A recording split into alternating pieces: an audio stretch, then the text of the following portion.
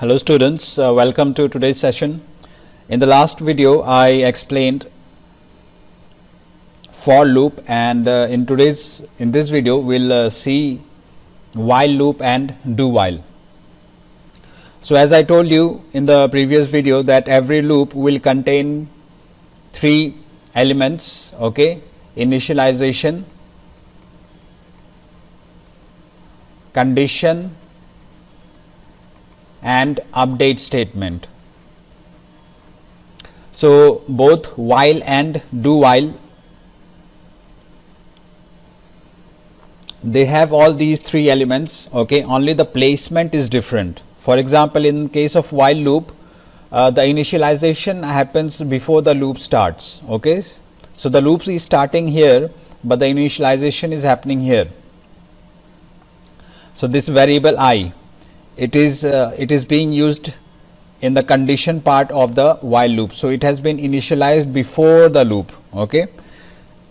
And the syntax is like this: first you write the while keyword, then open a pair of parentheses, and inside the parentheses you will have the condition, okay?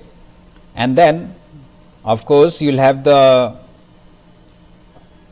curly brackets to denote the loop body, and inside the loop body you have the update statement, okay? So apart from this, there is no other difference between for loop and while loop.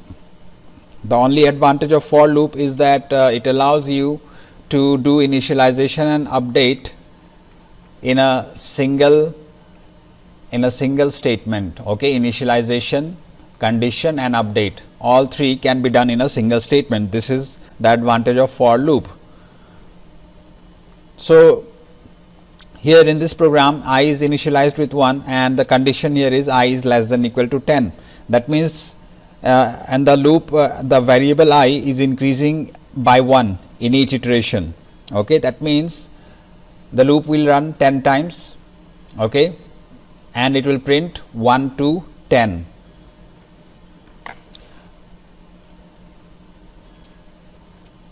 So as you can see in the output, it's printing 1 to 10.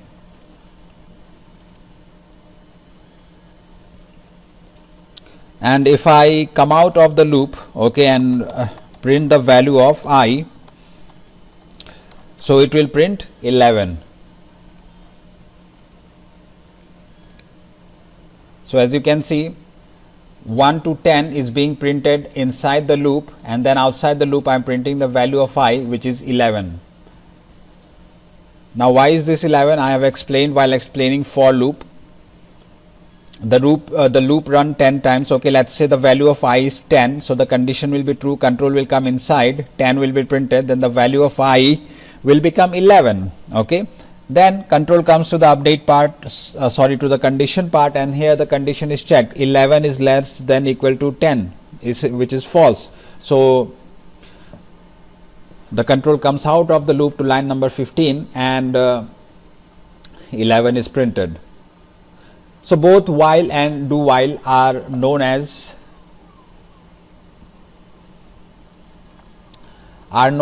entry controlled, okay? Because the control can enter the loop body only when the condition is true, both in case of while and for loop, okay? Now let's see do while loop. So do while is here in this loop also you will have the initialization happening before the loop body, okay? So you can see here is the do keyword is there, after that a pair of curly brackets is there, and then condition is there, okay, after the while keyword, and then it's terminated by a semicolon. So don't forget to put this semicolon while using do while, okay?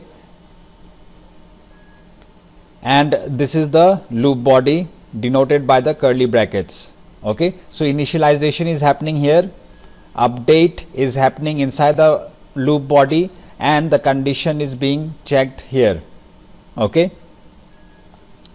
So in this loop the control Okay, let's say the line number 7 executes, I is initialized with 1, okay, and the control will directly enter inside the loop body without checking any condition. Okay, this is the when the control comes to the do while loop first time, it directly enters the loop without checking any condition. So do while guarantees that the loop will execute at least once. Okay, and when all the statements are executed inside the body one time, then control comes to the condition part and the condition is checked. If the condition is true, then again the body will be executed, else the control will exit the loop. Okay, so here I is initially 1, control comes inside, 1 is printed, I becomes 2, control condition comes here. Okay, condition comes to this part. You can see that the value of I is 2, so the condition becomes 2 is less than equal to 0, which is false. So it will the loop will execute only one time and it will print 1. Okay, initially if you see the value of I is 1, okay, and the condition here is I 1 less than equal to 0, which is already false. But as I told you, the control enters the loop for the first time without checking any condition. Okay, so the output is 1. Let's have a look.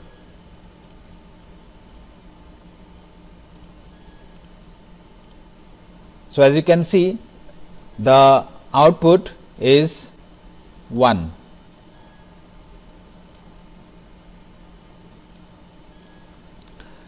Now let's talk about break and continue, which are the jump statements available that can be used inside loops. Okay, so let's make a loop here. For int I is equal to 1, I is less than equal to 10, I plus plus.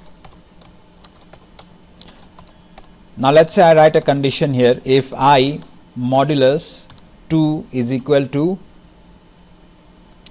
or let's say I modulus 3 is equal to 0, okay, then I will use the break keyword. Else I will print the value of I.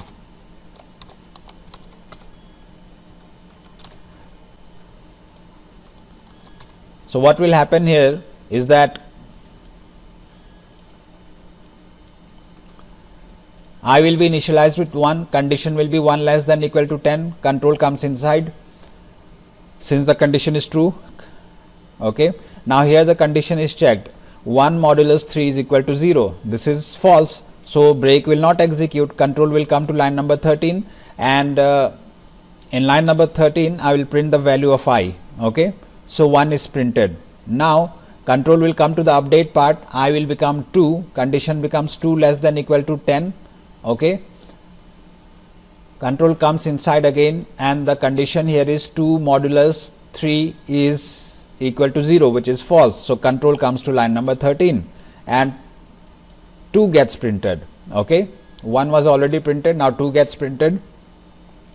Again I will be updated, it will become 3, control will come to the to the condition part and it will become 3 less than equal to 10, which is true, control comes inside, and now the condition is 3 modulus 3 is equal to 0, which is true.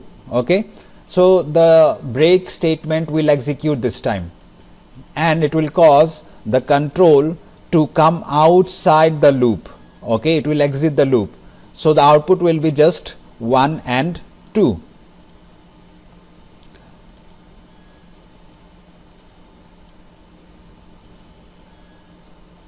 So as you can see, the output is 1 and 2.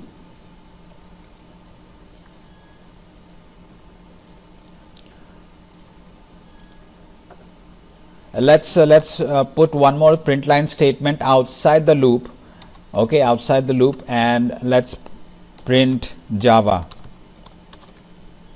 So this time the output should be 2 Java. Okay, sorry, 1 to Java. So I hope you have understood how the break keyword works inside a loop. It causes the control to come outside the loop when it is executed.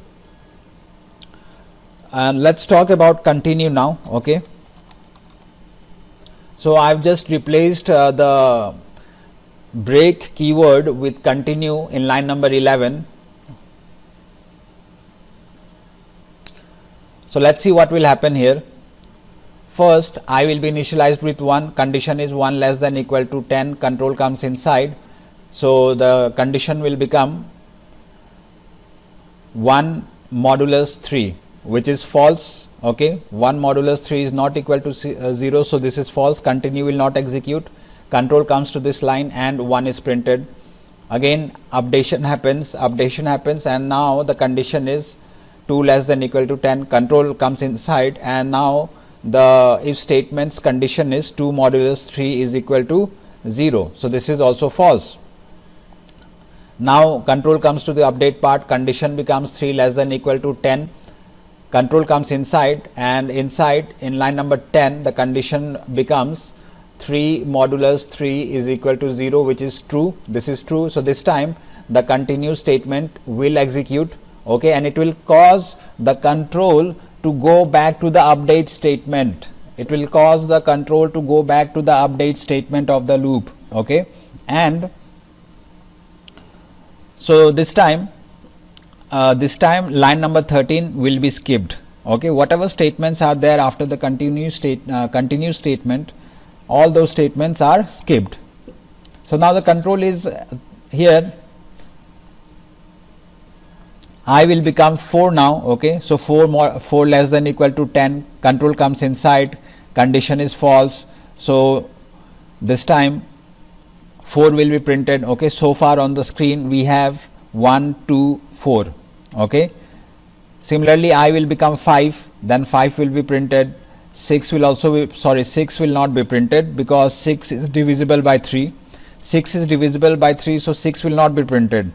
7 will be printed, 8 will be printed, okay, and 10 will be printed. So the output is 1, 2, 4, 5, 7, 8, 10. Okay, so let's have a look. Let's have a look at the output.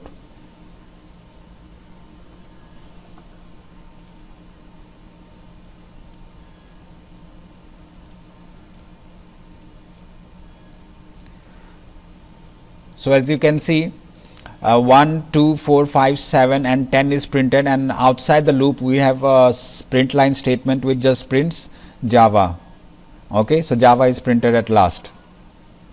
So this is how the continue statement works.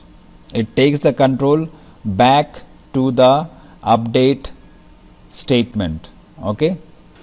Now in case of while and do while loop, okay, the continue statement causes the control to go back to the condition. Okay, it causes the control to go back to the condition and not to the update statement. So you must be careful about it. Okay, only in the case of for loop it takes the control to the update statement, but in case of while and do while, the control goes to the condition due to the continue statement. So I have written the same program again. Okay, so you see initially I is 0, condition is true, control comes inside, I becomes 1. Okay, now 1 modulus 3 is equal to 0, this is false, so this will not execute, so 1 will get printed. Okay, so I value is 1 now, condition is checked, 1 less than equal to 10, condition is true, control comes inside, I becomes 2, now the condition is 2 modulus 3 is equal to 0, condition is false again, so continue will not execute, control will come to the condition part. Okay, condition part, the condition is 2 modulus 3 is equal to 0, which is the condition here is 2 less than equal to 10, which is true, control comes inside, I becomes 3 here. Okay, control comes to line number 12, the condition here is 3 modulus 3 is equal to 0, which is true. So since it is true, the remaining statements will be skipped, and the control will directly go back to the condition. Okay, and 3 less than equal to 10, this is the condition. Control comes to line number 10, I will become 4. Now 4 modulus 3 is equal to 0, that is false, so control comes here and 4 is printed. So you will see exactly the same output which we saw in the case of for loop. Okay, so 1 2 4 5 7 8 10 and 11. So this is it, friends. We have discussed the basics of for, while, do while, and also we saw break and continue. Now in the following videos to come, I'll be discussing many questions based on loops. So we'll stop here for now. Thank you.